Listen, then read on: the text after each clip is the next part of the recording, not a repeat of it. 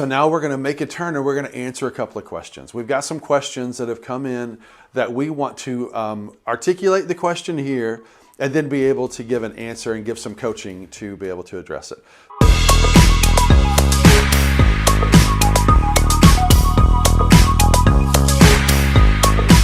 So this question, what happens when the morale of your locker room gets worse because we keep losing good people? Hey, this happens everywhere. This happened before the Great Resignation started happening. This happened in churches, it happened in schools, it's happened in every type of industry you can think of. People are together and they wonder why the locker room's a little bit off or maybe a lot off. And we wonder how bad is it going to have to get before we'll make a change, because now we got some folks who are leaving, and not only leaving, but it feels like a revolving door. And when it feels like a revolving door of people leaving, then that's not going to be good for the morale. So there's some things that we can think about. Morale is absolutely a huge factor in every locker room. And I'll even go one step further. The most important room in every organization is the locker room. Well, Mike, we don't even have a locker room. We're not playing sports. We're not in the band. No. It's not necessarily a room with a door and a handle. The locker room is where things happen that absolutely affect how we deal with our customers, or how we run the machines that we're on, or how we're framing the house that we're working on, or how we're doing whatever it is our job is that we're paid to do, how we're doing ministry at the church.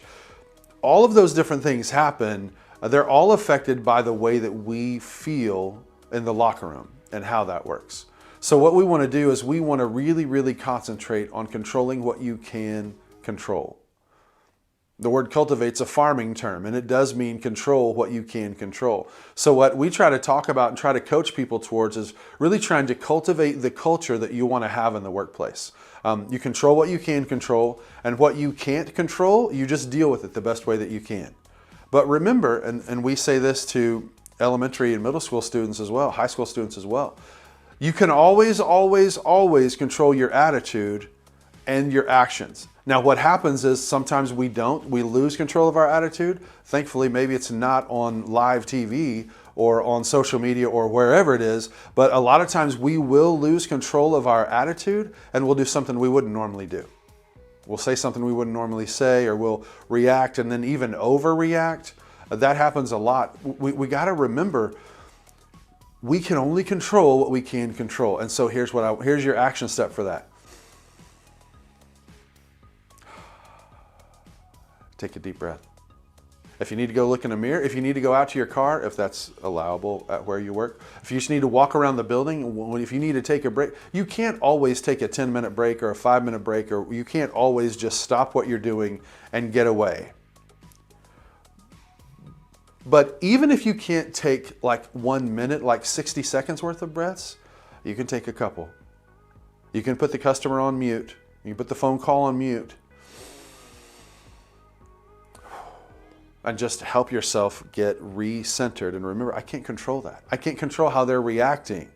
I can just control me and control how I choose to react. You might think I'm patting you on the head and saying, oh, that's pretty elementary. Yeah, I know it's basic, and it's also very common, but here's what we know is true.